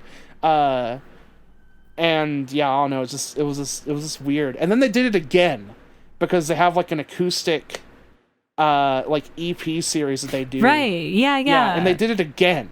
That version is really good. Yeah. Like, God, the Band Apart is truly one of the greatest bands on the planet, and like they're really undersung because they don't do like anime openings and shit. So a lot of people that just casually like Japanese rock music have no idea who the fuck those guys are, and they don't make the kind of like abrasive or like challenging music that would make people on like Rate Your Music care about them. So they're just like some guys that just make some extremely well written pop rock music, and it's just, I don't know, like they're incredible. They're just one of the best bands ever, but like just nobody talks about them. And unfortunately, the other recent, I don't think it was full on crying, but the track Mirror Image from OK Human like really kind of hit me. I was like, and it wasn't even really like, I mean, the song is really good, but it wasn't even so much like this is one of the best songs I've ever heard. It was just, holy shit, I didn't know fucking this band had it in them to do this ever. I was like, what the fuck is this? And so it's like this interstitial, like 1.5 minute song on this album that's already kind of unbelievable that they're doing and stuff. So it's like, so I was just like, what? There was like, is this actually really that good? so I don't know, but the band shall not be named, but I guess those are all my answers. I just put them all out there. It's a good good amount. Yeah, I suppose. I think we did I would give our answers to that question a 9.23 out of 10. They're doing it out of 1,000. That's like one of Wyatt's pet peeves. He's like, "Are you fucking?" That's so funny. Yeah, every time that comes up, it makes me laugh. It's because it just like dawns on you just how weird it is. That people are grading out of 100 whenever they do those point scores. It's like, why is IGN grading out of 100? And then you get like Famitsu, and it's like, what the fuck is going on here? Famitsu's fucking ratings where like every single game is like a 70, but it's like where that 70 actually falls on a metric is like unintelligible unless you're looking at the page. Sinon wants to know if we have any particular noir media that we really love. Rian Johnson's debut movie Brick is outstandanding. A little misogynistic, but it's noir. What truly outstanding movie is not at least a little bit misogynistic? I don't mean that. It's also drawing a lot from noir stuff, and it's also like Rian Johnson made it when he was like 21, so like, you know. Where the fuck does a 21-year-old kid get the budget to make a movie with fucking Joseph Gordon-Levitt? Apparently they were just like friends. Or like that was before he was like actually like he was in like shows, but like he wasn't like in movies and stuff. Like, I don't know, it was like a weird thing. But yeah, no, Rian Johnson's debut movie Brick is like really good. That's been like Rian Johnson's been kind of like this well before Star Wars. Has been kind of like one of those directors I kind of champion and stuff just all the time. I just really like him. I like his vibe. I like his smart little twists on things. I don't think he thinks he's too clever, though everyone thinks that. So I don't know. Maybe I'm in the minority there. But I think Brick is good, and also he based the main character off of Spike Spiegel. So that's like kind of funny. Yeah. He just loves anime. He just super loves anime. Yeah, baby. Yeah. So well, we're getting all these directors that are directing these live action anime adaptations. Right. Yeah. It's like, I don't know. It's like, is he so busy? Yeah, I'd want him to do him movies. So I don't want him to do fucking. Yeah, no, I agree. Like, I agree. God, could you imagine though? I don't know. Yeah, I'm trying to think of other noir. You go on. Does The Long Goodbye count? I feel like I've brought that movie up a lot recently. Yeah, it counts. But yeah, I mean, it's based off of like Elliot Gould's character in that movie is like a stock character that was in a lot of noir media, right? Like by name. Yeah. So I feel like it counts, even though it's like a very like kind of an inherently a subversion on the noir as a concept. Right. Oh my god. Okay, Nicky, do you remember when we fucking put out a bid for worst song names? Yes. So we got one. Linus wrote in and dropped that should absolutely go to Panic at the Disco. Oh, that one. Fully agree. Okay, true. Yes. Yeah. Yeah. Like, I think in terms of like the band that has put out the greatest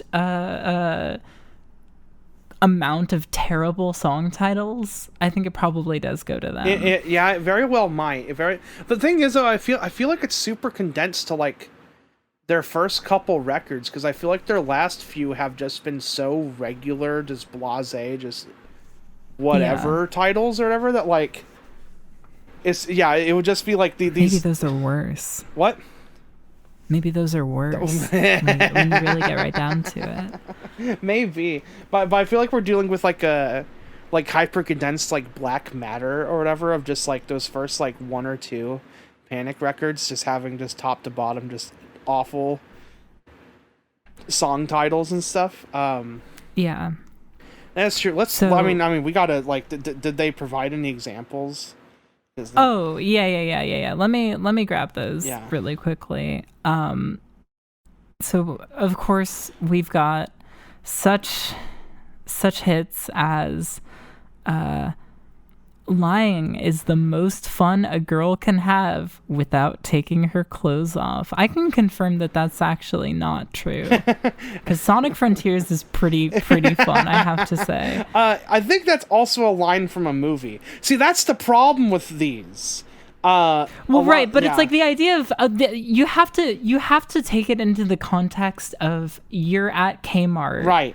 You're looking at the CDs. Yeah, right. And you see this on the back of a CD. Yeah. Sonic Frontiers is good, by the way. We're enjoying it. We haven't played enough of it to have that much to say about it. Alyssa and I are playing it together. We'll talk more about it in a later episode. I literally have only put my hands on it for like 20 seconds because I was just going to... Because Isaac asked me to try something and stuff just to see how it feels. But like, I've literally just been watching my brother play it. Like, that's all. So Yeah. But it's cool. Yeah, I've done much more watching Alyssa play than playing myself, which is why I don't have more to say on it. It's cool as hell, though. Don't worry, everybody. It's cool. Yeah, it's certified.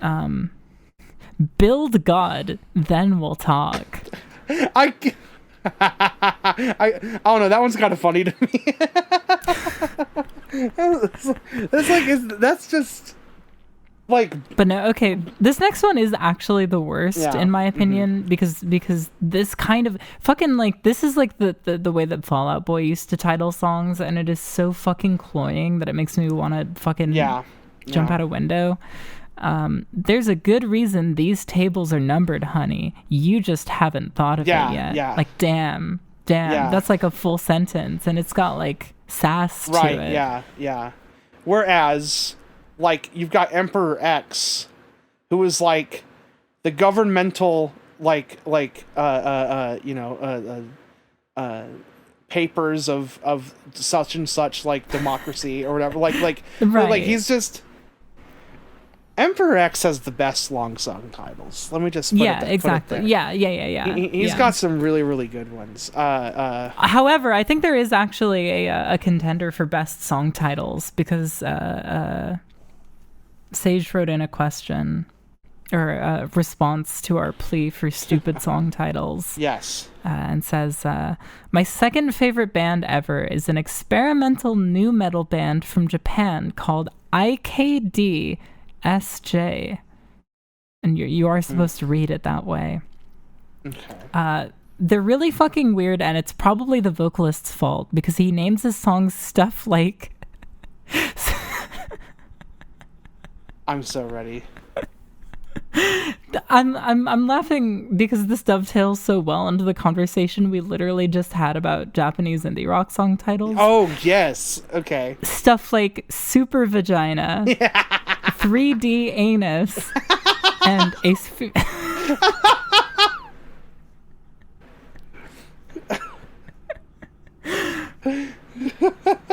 and of course, a sphere consists of 24 components. Oh, I love that. Those are so good. Holy shit.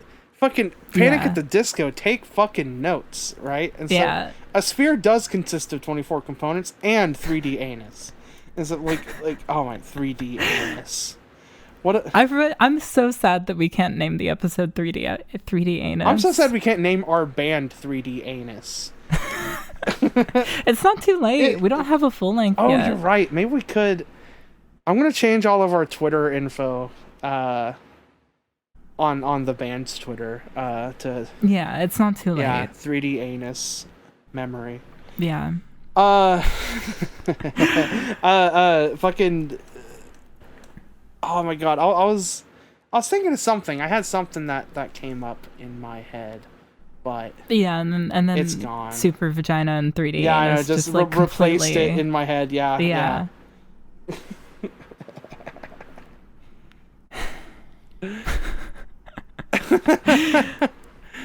Oh my god. Yeah, that's really good. I feel like exhausted after reading that, and we haven't gotten to any of the Twitter questions yet. There's too many good ones. Let's see. I guarantee you I'm going to feel more exhausted, or I'm going to feel less exhausted tomorrow after going and seeing Algernon, which is happening tomorrow. Yes. Yeah. We'll talk about that eventually if I feel like it's worth talking about. My thought. What's that? My thought actually. Oh, it came back. Yeah, my thought it came back. But no, yes, Algernon Cadwallader. Fucking, we will talk about that next time. That's gonna be so good. Yeah. Maybe with a guest. To be announced. But a really cool song title recently is what is it? 200 million centimeters of blade length, whatever. The Maximum the Hormone song for Chainsaw Man. Oh yeah. Which That's great. Which we haven't talked about yet. We're not going to talk about the Chainsaw Man anime and stuff until it's over, just not until but I do want to talk about that song. That 90 seconds is maybe one of the most tantalizing fucking things I've heard in a really long time, and I need that fucking Maximum the Hormone record now. Yeah. Now. Yeah. Alyssa and I were like shouting. I cannot believe how crazy that is. Just the guitar work and shit. They advance by light years every record now. They have their early output, and then their big breakout album. But I don't know how to say it and stuff. It's a really weird title and stuff. Even for Japanese, it's weird. But the one with Zetsubo Billy and What's Up People and stuff. That record, and then there was fucking 7 years between that and then their most recent record, and then they've put out a couple EPs and stuff. But they have a song from an anime they did a couple years ago, and then this song. And neither of them have gotten full versions yet because I think everybody's expecting them to release an album at some point. And then that's when they actually will dispense with the full version. So it actually might be a while before we hear the full version of that song. But that is, I don't know. I'm so rocked by that shit and stuff. The guitars in that verse are genuinely dizzying. I don't know how they did that. Type of shit. Yeah. It's just incredible stuff. So I did just want to mention that. Yeah, great shit. Nicky, do you want to pick out the Twitter questions? Yeah. Cool. I'm going to, and I'm not going to cut this really quickly. I'm going to pop a burrito into the oven. Yeah. Fuck it. I'll be right back.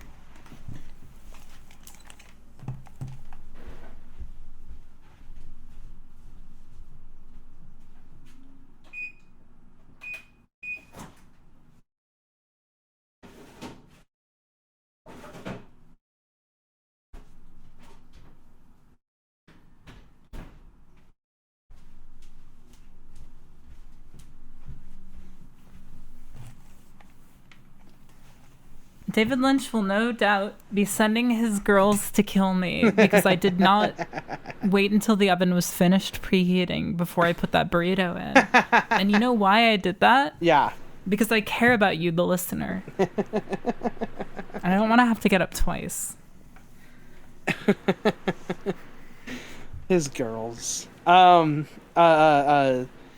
Video Witch has a question I feel like is just for you. What's your opinion on Sarai?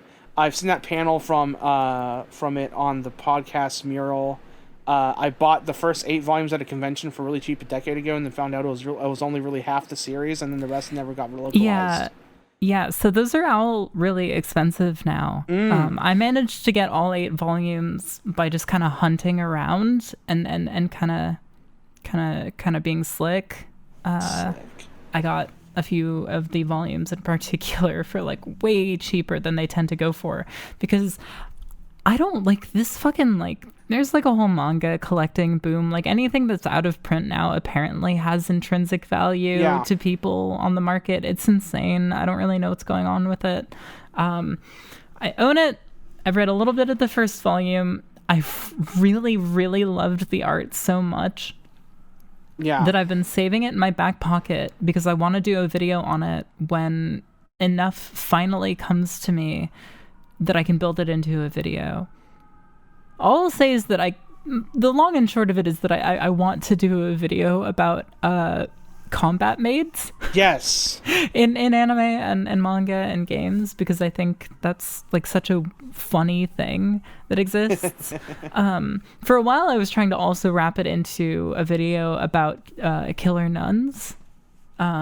Basically kind of taking these like sort of like costuming tropes that you see in manga, anime, and games, and then just kind of like giving them weapons and making them fight. Yeah. Like that would give me an excuse to talk about nunsploitation and the PS2 Simple Series game, The Maid outfit and machine gun all in one video. What more do you need? But recently I feel like I couldn't translated, quite by thread the the way. needle. Yeah. That was really surprising. I had a bunch of people tell me like, yo, have you seen this before? It's like, I own it. Do not you worry. But yeah. Someday, because the thing about making videos is that sometimes what I really need is just a title. And if I can't come up with a good title, I'll wait until it comes to me. Yeah. It's one of those kind of situations. Someone asked if I have seen Film Red, and I'm like, oh man, you're gonna love this episode because talked about it for like half an hour. Do you have an opinion on Kaiji? No. Yeah, so I actually saw that one. Okay, I will say, they framed it like that was a question I probably got a lot. I don't think I've ever been asked about Kaiji before. Don't worry. I've also never read Kaiji or watched Kaiji. Kaiji's cool. It seems great. Yeah, it's especially cool if you have like any history at all with Yu-Gi-Oh. It just kind of just like it just makes you realize, oh, that's why it's like that. Just instantly. I thought you were gonna say if you have any history at all with poverty. Oh, also helpful. Oh, that's funny. Would you ever do a live podcast in the future? I've actually thought about that. I think something like that would be fun. I think it could be fun. I think if not that, just like having you on a live stream, like planning some kind of stream with you. Yeah. I think it'd be especially helpful in the event that I go visit or something. Like it'd be something where it's like, well, then why not, right? Like, why not do it? Like if I'm up there physically, right. But yeah. What are your thoughts on emo? We talk about that every week. I'm just reading these. Sometimes we get questions from people who I don't think are listeners, and who I think are just trying to be helpful. Yeah, which I appreciate. I do appreciate that. It's just funny. Let's see. Some of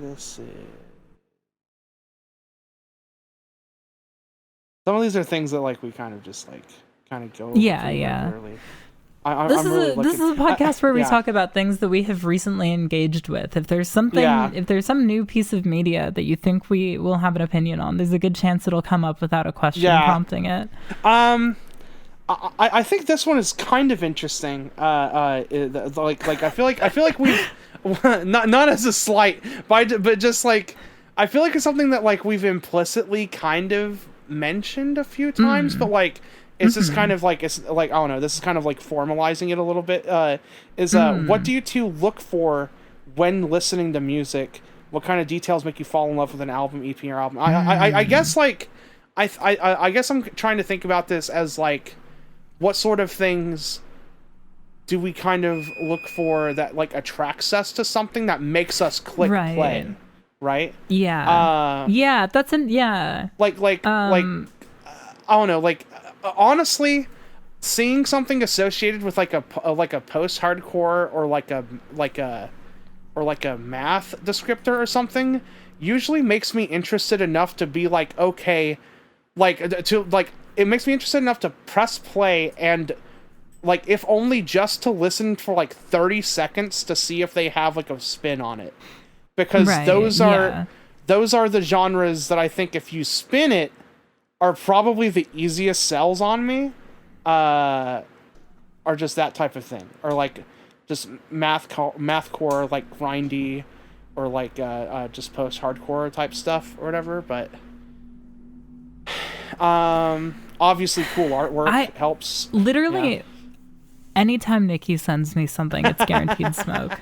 Even if it takes me a few days. Likewise, though, like you also like anytime, like that's the thing I guess also is just having friends that are like keyed in and stuff, and just can just like throw you something, and you can reliably get into it at least. But I guess I'm just thinking of tags that are just like, oh, okay, I'll check this just to see. I think it has to be, I know people don't like to admit this, but I do think that album art invariably plays an important role. Yeah. Like, we just kind of talked about this recently and stuff, but album art is kind of, at least especially for me and my projects, it's like easily the biggest shortcoming for me. I mean, okay. First off, I will fucking make an exception though. Brett's art on negatives is incredible, and I love it. It's the best art that's been associated with any of my stuff. But every other project has always been kind of hard and slapdash to get art together for it. And also now at this point with Petalfold doing art for that, the Brett's kind of made the collage thing into such like his own thing for You're Something True that like I kind of probably wouldn't bark up that tree.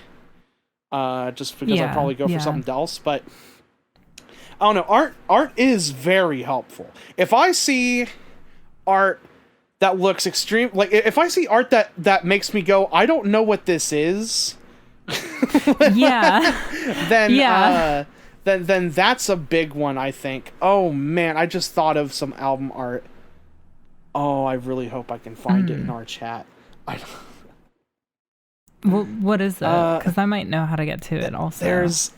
Do you remember that one Japanese, like, post-punk release? I think it was from last year or this year. With that, yeah. Hold up, I got it. Yeah, with that incredibly strange-looking baby on it. Yeah. I got it. Sick. Yorishitsuzu also falls into this for, like, the kid on the... Carthiefschool. Yeah. Carthiefschool. Whatever their most recent release as of this episode, I assume. You'll know it when you see it. It's got a crazy baby on it. Carthiefschool has... I love this record. Like it's art. The record is, like, good. I like it, but it's, like, I feel like it's like... They're definitely a band that's getting there, but I don't think they're there yet. But holy shit, though. This album cover, this baby on it, doing this, like, weird, like, side eye... Like, it is such a weirdo album cover. I love album covers with, like, really strange, just really strange art on it, and really, like, I like complicated, messy art too, like stuff that will kind of make you look at it and stare at it for a while.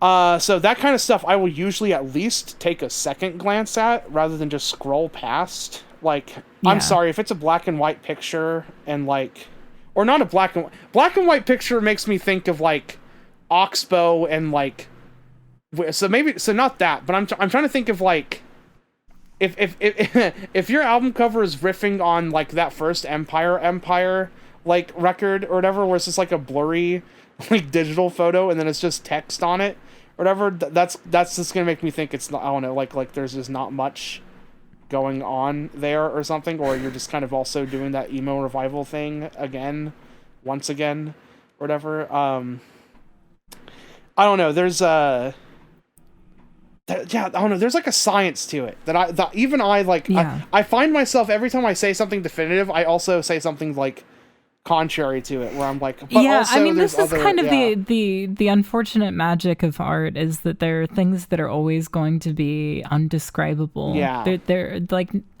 this is something else that I think nobody really wants to admit, especially in like a critical field, but I think that there are just fundamentally things that are unexplainable about why we're drawn to things. Yeah, for sure. Some things just have a quality that can't really be captured. Yeah, I think that it's really easy because I work at my desk. Yeah. To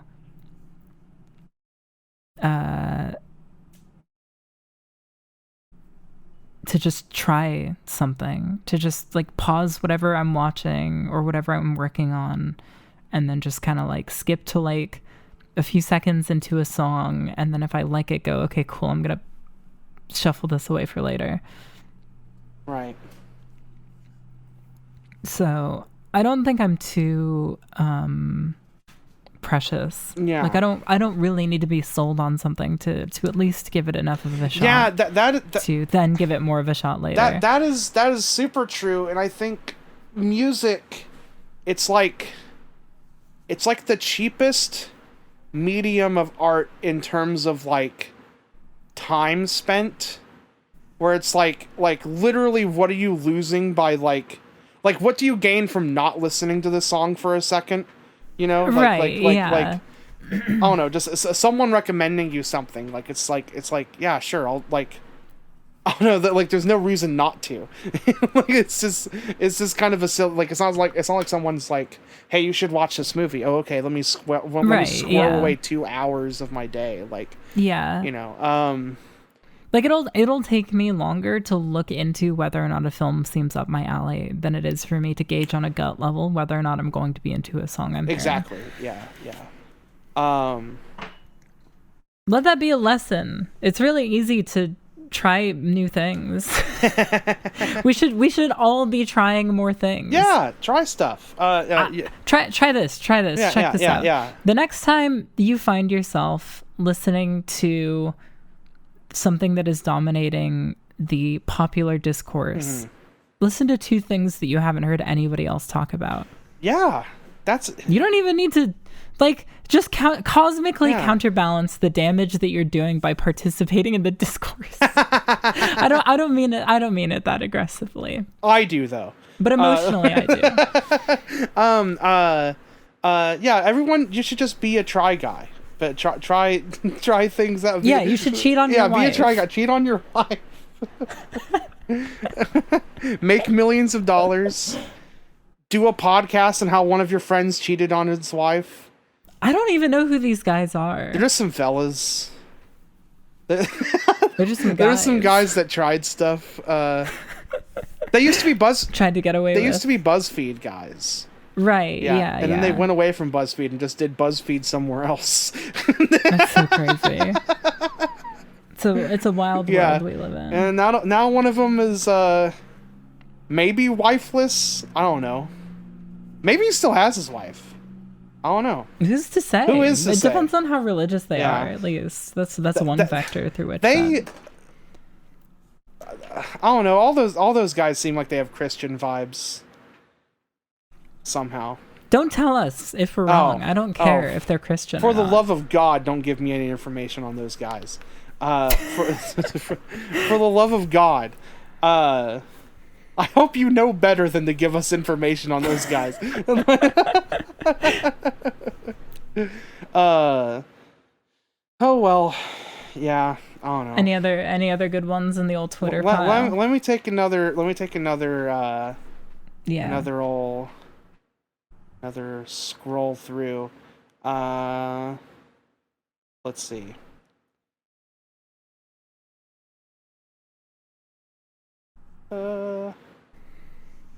Podcasting. I'm so sad I can't name this. You know what? I'm gonna see if I can get away with naming this episode 3D Anus. 3D Anus. What's the worst thing that can happen if it gets flagged on YouTube and it gets age restricted? Just listen to it.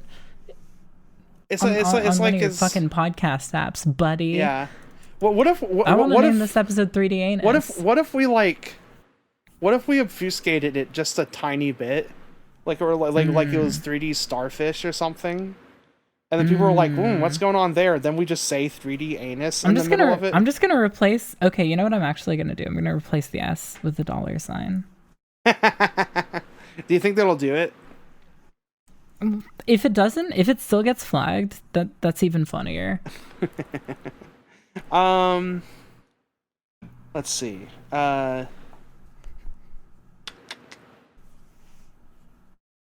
I don't know. I guess that's a pod. I can't. I'm like looking at these and stuff, and it's like, oh, there's some, the whole debacle. No, I'm not gonna. Somebody asking? I don't care about a debacle. I refuse to comment on a debacle. I saw the word debacle, and I was like, I don't want to read the rest of that. Yeah, okay. Yeah, whatever. I'm done. Wait, hold up. Somebody just asked, do we have any experience with trading card games? Oh, yes. Yeah, hold up. Let's ban Yu-Gi-Oh!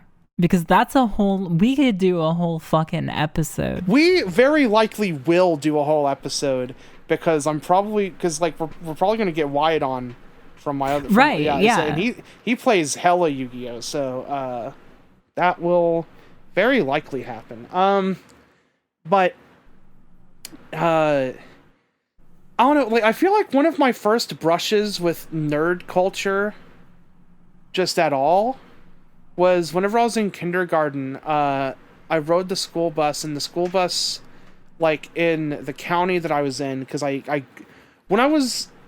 this isn't really the town I grew up, but the town I, like, was born and then, like, raised for the first few years of my life in, was, like, pretty small, so, like, whenever the bus picked me up, because it was only me at that time. I had no brother born yet or anything, but whenever the bus picked me up, it was like kids from whenever I was like in kindergarten, first grade or whatever, to like at least 8th grade or something. Like just all on the same bus or whatever, high school and stuff. Whereas like now it's like. Or where I live now and stuff, it's like elementary kids, their own bus, and then the middle and high school kids have their own bus, that kind of thing. So I ended up like I was being like a 6-year-old on a bus with like 13, 14-year-olds, right, and stuff, and a lot of them were getting into like Magic the Gathering, and because it was like 2000, and I was like I didn't know what that was. I was just like really intently like watching and stuff, and I think I annoyed them or something, but I was like really interested in what the hell that was and stuff. And so I don't know, I feel like that's one of my first blushes with like nerd stuff at all was that, and then also like watching X-Men growing up and stuff. But like so I don't personally have any experience playing Magic the Gathering. I actually don't know anything about it. I wasn't allowed to. Right. I was expressly banned from it because of the aftershocks of the Satanic Panic. Yeah. It was one of those things where, like, Yeah. I was still allowed to like watch Yu-Gi-Oh! Because I think it was like broadcast on Cartoon Network, so that meant it was okay and not for grown-ups. Right. Yeah. This is back when parents implicitly just trusted the TV people, like the people in management of TV corporations. Yeah. However, Magic was something that you had to go out of your way to find. Yeah. Like they didn't show commercials for that anywhere. Interesting. That inherently makes it scarier. That's interesting because like I don't know, like because I grew up like firmly in like Bible Belt territory and stuff, and I never really like was exposed to like the idea and stuff like of that of like the Satanic Panic. I guess like I mean I didn't really know much about Satanic Panic either or whatever, but like sure. but like I didn't realize that anybody thought Pokemon or Magic was not cool or was like scary in any way until a little bit later.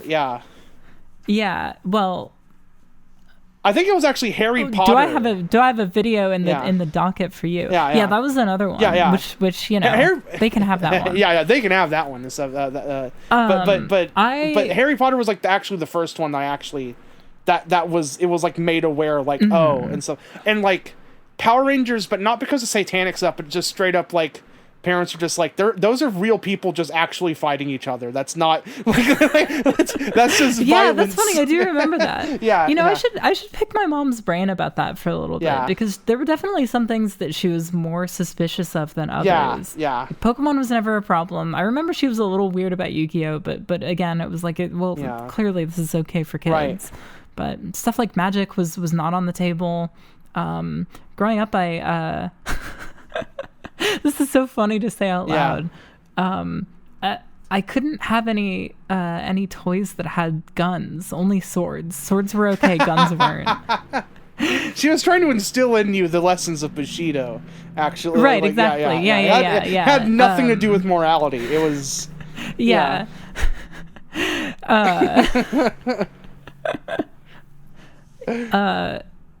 So I Magic was not on the table, but I was way into... I think I just really liked the fucking... I've always been a pervert about organizing things, so I think the idea of having like a deck of cards that was attuned to what you needed it to be was really satisfying to me. So like, I remember like when they were on clearance, getting a hold of a lot of the different card games and then never having anybody to play them with and not really understanding either. Yeah. So like I had like a deck of like the fucking Neopets card game. There was like a SpongeBob card game. And these are all things that my mom probably got for me on like extreme clearance at like fucking KB Toys. I remember I used to have there was like a Marvel trading card game, and I just kind of got them probably also on clearance, but I feel like I got them just to look at the pictures, because like literally like none of the rules made any sense to me, but like it was just like, well, like this card has a picture of Wolverine on it, and then this one has like the Thing on it, so like I don't know, I'm chilling, like it's like the little most like base human pleasure, like it's not even a toy, it's just like I just got myself some cardboard to look at, and so like that's that's the extent of my like that's what my mom spent money on for me and stuff like that one time. But I definitely think that I would have been completely and utterly lost if it weren't for the Yu-Gi-Oh anime. Yeah. Like, I would not have had any fucking idea in the world what I was doing. Yeah, it's like weird, because that anime is also like... They break the rules a lot. Yeah, they break the rules all the time, but it also gives you like a baseline understanding of like what the goal is, and like sort of what some cards do. Yeah, I don't know. It's cool. I don't know. There's a lot of, like, rest in peace, shouts out to Kazuki Takahashi and stuff, but like I have a lot of respect for the fact that like he just super was not beholden to that, even though he invented the card game. Yeah. That he was just like writing a good story first and foremost, and just the fact that the show was a good story propelled people wanting to get into the card game, even though like they kind of didn't match up together really. Right, yeah. So I don't know, that's just always been cool. Yeah, like the it's cool that the characters' decks would become iconic even when they weren't starter decks. Yeah. And even when the rules weren't at the forefront of, or when like viability wasn't at the forefront of everybody's minds. Yeah. And also like I don't know, and again, like you'd have characters like Joey, like a lot of those cards are super famous, Red Eyes Black Dragon and like Flame Swordsman and stuff, but he like would lose all the time. He jobbed like constantly. And But there are people who just don't care because Red Eyes is cool and Joey is cool and everybody likes him. And so it's like, I don't know, yeah, it's kind of cool. Like cards can be popular irrespective of if they're good at all, which is kind of cool. Like that's also true for like the Egyptian god cards. Like they just suck ass. No one wants to use them. Like, they take way too much time to bring out and stuff, and like, I don't know, they're just terrible. You don't want to build a deck around those guys, but they're cool. It's like Slifer the Sky Dragon's a cool big red dragon, dude, and like you can't beat that. Obelisk is a big blue guy. You know, you can't beat that. Can't beat it. Can't beat it. Raw is there. We said we weren't going to talk about Yu-Gi-Oh, but we did anyway. God damn, it's the best one. Yeah, it just is. The Pokemon card game is cute. Yeah, I like that one, but I didn't actually understand. I had a bunch of the cards. I didn't know how to play it. I never fucking grown adult. I never got into it. Pokemon. I have like the funniest like early childhood relationship with Pokemon because I straight up super was unaware that it was a video game until like a while. Like I thought it was just like a TV show with a card game. For a really long time. I think I would have been in a similar boat if it weren't for the N64 like Pokemon Stadium. Well, yeah, but I think that was my first Pokemon game, and if I hadn't just happened to own that as a child. Well, one of my first... I probably would have been in the same boat. One of my first games was Stadium 2, but, like, it still just never clicked for me and stuff, and I just never... Oh, that it was a game first. Yeah, that it was a game first. Like, it never clicked for me, and I never had a Game Boy growing up. My first Game Boy was a Game Boy Advance. So my first Pokemon game was Ruby and Sapphire. Even though I was there at, like, the start. and saw, like, a lot... Like, got in, and was down with Pokemon... like pretty early and stuff, like, you know, it's weird stuff. Like it's weird how your child brain perceives things. I mean Pokemon was genuinely like weird. Yeah. Pre 2000 in particular. Yeah. Nobody really knew like what shape it was going to continue to take. Yeah. So I feel like nothing about it that was there was especially sacred, and simultaneously all of it was really sacred. Yeah.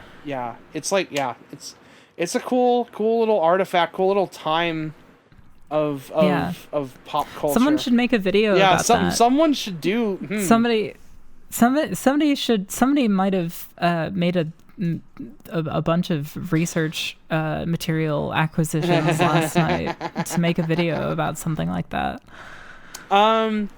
But yeah, I think that's a podcast. Yeah, that's kind of a pod. The only other trading card game experience I have is like, I played a little bit of Hearthstone, and I it's like super baby simple. So I was like, oh okay, like it's super easy to get into, but then it's like that's where they get you, and then they make you pay a bunch of money, and I'm like, I'm not paying a bunch of money, especially not on Warcraft trading cards and stuff.